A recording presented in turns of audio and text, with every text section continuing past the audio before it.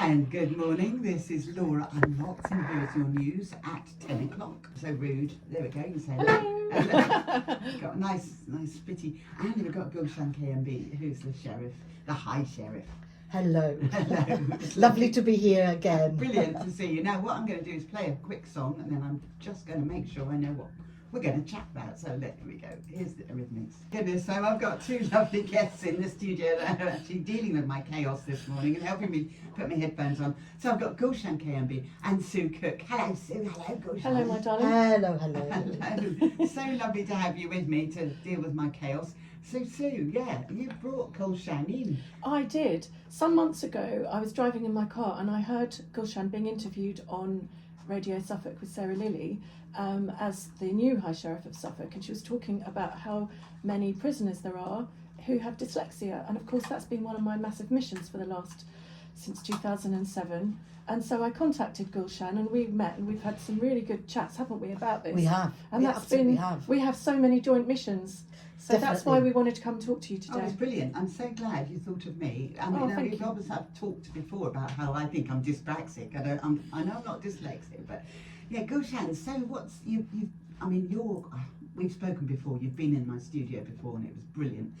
So you've got lots of missions at the moment, haven't you? I mean, yeah, honestly, when you came in the first time, I thought, wow, you've only got, is it a year? It's a year, and I'm nearly halfway through. Towards the end of this month, Goodness. I'll be halfway through the year. Gosh, So it's amazing, and Yeah. and I've been really ambitious, but and I won't get half of what I want done. But actually, if you don't really set your sights high and be ambitious, you don't get anything done. So, exactly, you've got to set big goals, haven't you? Lofty goals. Absolutely. So the interest that you have in the prisons service and the support you feel that is needed, tell me about that. Yeah, well, my biggest issue, I think, around prisons is a worry that there are lots of people in prison who probably shouldn't be there.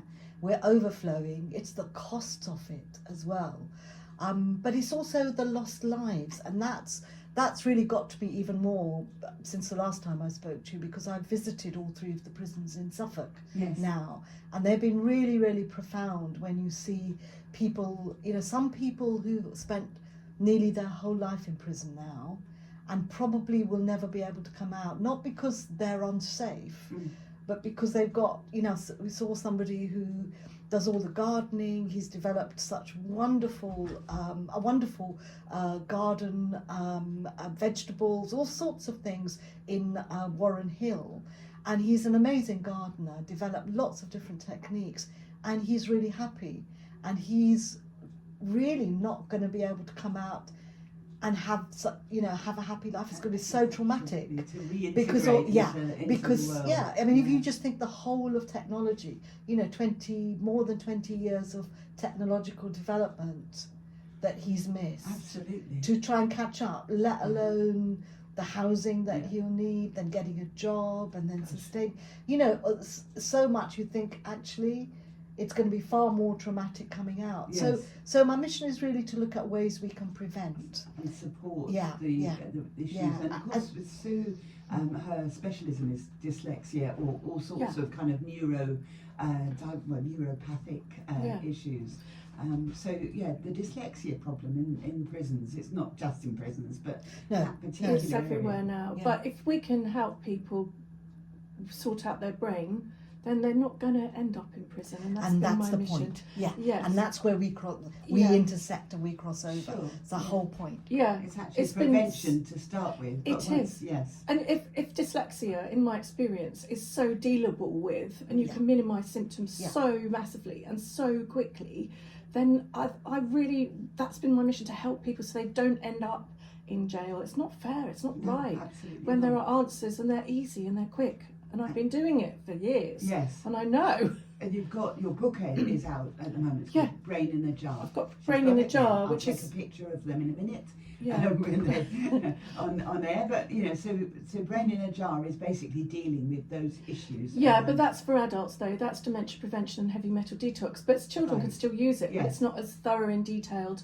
But I still see patients in my clinic, and I still have courses. So one of your sons, I think, was dyslexic. Yeah, my oldest son. And you were basically told, give up. We were told there's no cure, you have to Yeah. learn to live with it, and by the time he's 12 he might just about be able to read his name. Oh, bless him. So that's why I got What a really, dreadful really... thing to be told when it's When he was 6. Oh, There's nothing as well researched as an upset, distressed of course, mother. parents. So, and father, Yeah. of course. But Yeah. so I went down this massive rabbit hole, Mm. learnt neurodevelopment. But my Gosh. son, aside from getting a dozen GCSEs, a load of A-levels and a music degree, he's just won an award for the best soundtrack for an indie film because he's a Wow. musician. Brilliant. How cool is that Amazing. for an That uneducatable is child? so And he was basically amazing. they give up. Don't worry. Yeah. I mean, gosh, Gulshan. I mean, have you had, because you've worked a lot with education. Yeah, and, that's yes. right. Yeah, And- no, I see that, and I think it's important to say, it's not everybody who's got dyslexia that's going to end up in jail or end up, in the criminal justice system.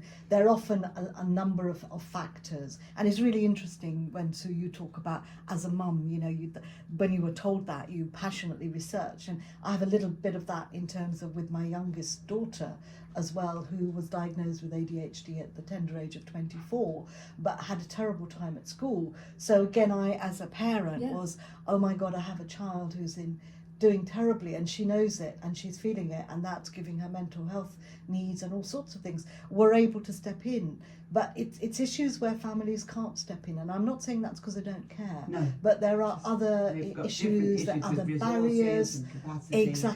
exactly that are dealing with, that can then often lead a child who's not doing it well in school, then, and boys particularly, if you can't, if you can't cope with the work and you've not got support at home as well, for all sorts of reasons, you are going to end up misbehaving and potentially you're going to be excluded. I think it's 65% of the last figures I looked at, and they're not necessarily the most up to date, they're still 3 or 4 years old, but about 65% of people in prison have been excluded from schools. Yes. Oh Yeah. gosh. Well, yeah, that certainly does go hand in hand. I can imagine. And so they're excluded from society from then Yeah. on in, aren't Yeah, they? yeah, and they're easy pickings Yes. for these criminal Of course. exploitation gangs. Yeah. And these criminal exploitation gangs. What's really, I've been talking to various people, including the Director of Public Health, Stuart Keeble, and various others. But they really understand that all the kids want to do is have a sense of belonging. Yeah. So that's what they give them. That's how they reel them in, by making them Making them feel that part of something. that suddenly they Yeah. haven't got a sense of family or No. a sense of kinship or a sense of friends, group of friends where they belong. That's what these criminal gangs give them, a sense of belonging, that they're loved, and then they exploit them. Of course they do. Right, let's put a song on to cheer us up a bit. Sorry, it's quite dark stuff, no, isn't it? I mean, it's, that is the concern, and obviously as a mum, as a parent, Yeah. you do think of these things. I'm very fortunate now. My boys have grown up and been fine. But I know when we were at school, when my oldest was at school, I kind of was concerned about his learning, and I had him assessed only because he was struggling, but it was lots of other things. But because there were no funds, Yeah. that the Yeah. help wouldn't come. Anyway, let's have Stir It Up, shall we? Let's stir it up. Great. Yeah.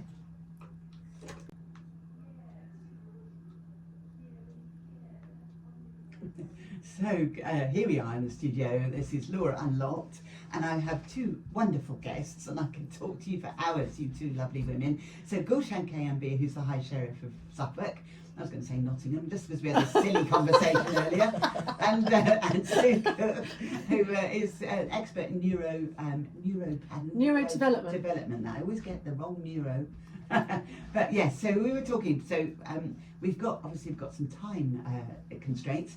Gulshan, we were talking about the kind of system that we're working with, and that was off air. So the frustrations that you feel that needs to be addressed in terms of, well, basically learning needs, but dyslexia we're talking about specifically. Yeah, I think so. I think there are real sometimes issues of diagnosis and children not being picked up. I think one of the biggest issues over the last few years has been the fact that there's been such pressure on schools to teach phonics, and they're taught to death. And those of us who are older in the profession, who are pre the phonics era, we know that children learn to read in all sorts of different ways, and if they don't, you need to think about things like dyslexia and start a process of looking at and providing, support.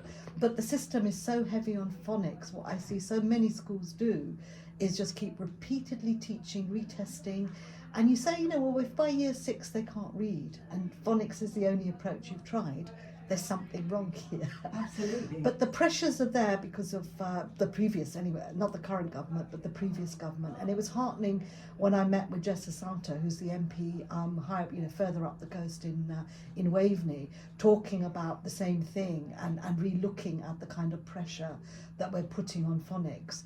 So hopefully that is something that's going to change. And then, of course, schools are very afraid of Ofsted. So they keep, because the phonics results are looked at. If they're not good enough and you're not teaching reading the phonics way and children aren't getting the results, it's not actually sensible because it doesn't make teachers and heads stop and say, what's wrong here? We need to try something different. We need to go to experts like Sue Cook and get her help to actually unlock what's going on here brain-wise and support that child to read. And as we said earlier, that there is a real issue that some groups of people, and usually there are multiple needs. It's not just dyslexia that's going to lead you down a criminal justice system, but kids who don't learn to read, who get frustrated, who then start to maybe misbehave, and maybe they don't have enough support. There are other traumas going on. It can all just be too much, an overload. And they want to then start to drop out of the education system, particularly by secondary, can get involved with criminal gangs, and there's your path, into prison, which can be very avoided. Absolutely. And Sue, you've worked, as we were talking about earlier, because obviously initially it was with your son. So there are solutions out there, but I mean, is it dependent on finance? I mean, that's the problem, I think. Well, I do charge for what I do, yes, you because do. I'm a private practice. Of course you do. But wouldn't it be amazing if somewhere along the line we could get funding to make this available so that I could teach up people to educate across the board, and then we could rule out this problem. Yeah. But just picking up on what Gulshan was saying, if you judge a fish by its ability to climb a tree, then we're never going to make progress. And that's exactly what this testing is doing. It's some of the children are fish. Yes. They can swim really well, but they can't climb trees. So we're measuring them by the wrong thing, and it's dreadfully harmful, and the result is prison often, tragically. Absolutely, and that's the tragedy that that fortunately we haven't had to deal with in our lives, but it would be so easy, wouldn't it, for a child to be suffering that badly and not be picked up and not supported. So how can people find out a little bit more about how to get support and and the issues around how to talk? I mean, to be honest, I think people need to know how to talk to the schools about their children and about their. One of the things I find is that when people don't believe there's an answer, they deny there's a problem. Whereas if they know that there's an answer, then they're open to learning about it. So that's a good point. What I do is reflex inhibition. So when babies are forming in utero, a neurotypical baby across the planet will perform in utero in the same way as any other baby. It's because it's based on reflexes. But if there's a break in development and that development doesn't carry through, then that's how you get learning issues. And it's that simple. It's really all about going back, repeating the stages of development, and then you iron out the creases and you get an optimally functioning brain. It's that simple. So, and that's what I do, rewire the brain. But people, did you want to know how people can get hold of us or what's available? I'd like people to be able to research for themselves and find out what. So I have free resources on my YouTube channel, which is the Child Brain Whisperer Sue Cook Brainbuzzz. Bit long-winded, sorry. So, if you look up Brainbuzzz on Google or on YouTube, you probably find it. You might get, it's got to be Sue Cook Brainbuzzz, otherwise you might get something else. But it's my website's one word, 3 Zs, but it's not a very great website at the moment. But I have a load of books, but my Instagram's probably the best place to get hold of me, and that's Sue Cook Brainbuzzz. Sue Cook Brainbuzzz, and there's no E on Cook, is there? No. And Brainbuzzz is BRAIN, BRAIN, treble Z. BU. So that's what you need to don't forget. Spaces, the treble no Z. hyphens. Yeah, don't forget. And Gulshan, your work is continuing for the next 6 months. It is. It is. Yeah. And goodness, we need to keep you. Yeah, I know, right? Well, I'm sure I'm gonna still be out there because I've really got a passion. I've even been thinking maybe because I've always wanted to get a PhD done, never had time.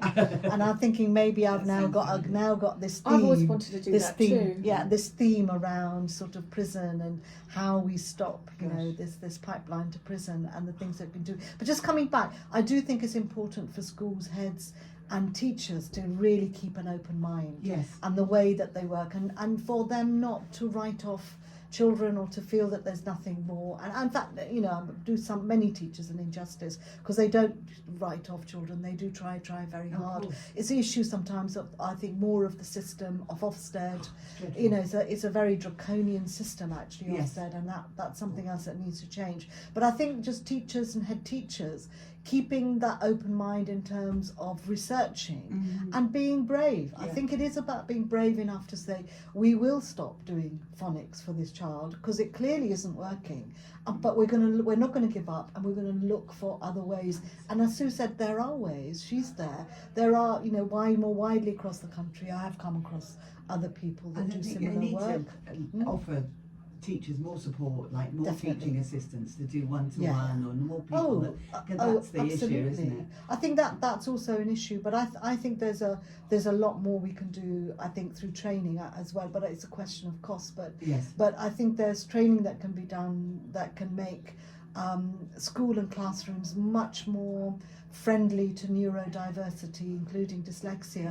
I have a colleague, not working in Suffolk, but a head teacher colleague that I work with in London, and she's brought in standing desks in her classroom. And that's revolutionised because a lot of the kids ethos. Don't want to sit down. Well, this for the neurodiverse kids, you know, the ones with ADHD, it's been great. They're so much more focused. But not only that, but what I've seen when I visited the classrooms is that 2 or 3 kids gather around the desk and they're actually engaged. They're engaged with the work.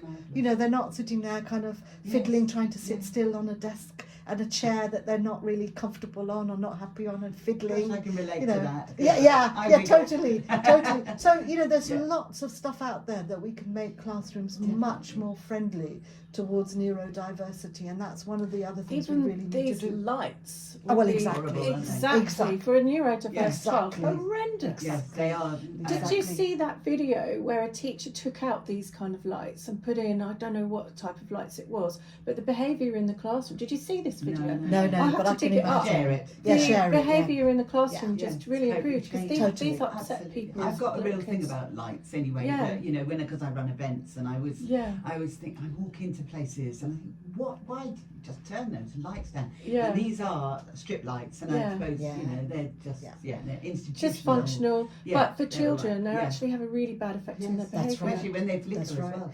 But some schools, and again some schools, I notice give kids glasses, darker glasses too. You know, so there are lots of tools out there, but I don't think everybody's using all the tools and modern technology enough to give that support. It's such a battleground, isn't it? Because as soon as one, one party gets in again, gets a different. They use education as a that's right, and this is where there needs to be cross-party agreement. There are certain things like the NHS, like education, which needs cross-party agreement, because the research, everything is really out there to tell us what we should be doing. Well, there are enough people. Issues about Ofcom recently, wasn't there? 100%. With the Ofcom, you know, they were changing the system because it, you know, basically caused one of the heads to commit suicide, didn't it? And they've changed some of that, but it's still, you know, still going to take somebody to do that. It needs. I mean, I was an Ofsted inspector for 29 years,